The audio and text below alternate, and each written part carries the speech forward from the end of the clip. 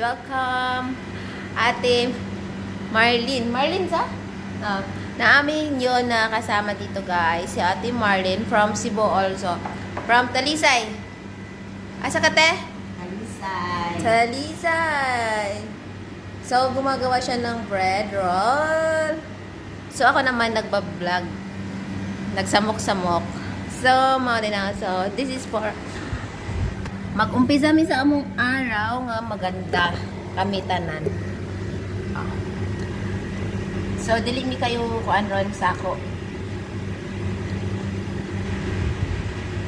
O, diba? Mga gwapa, giling si Buana, o. Kay Cebu man na siya gikan. Nice kay siya kanang naong, guys. Naka-brilliant. Sana all, naka-rejuve. Na, gwapa kayo si Ate Marlene, guys, oh.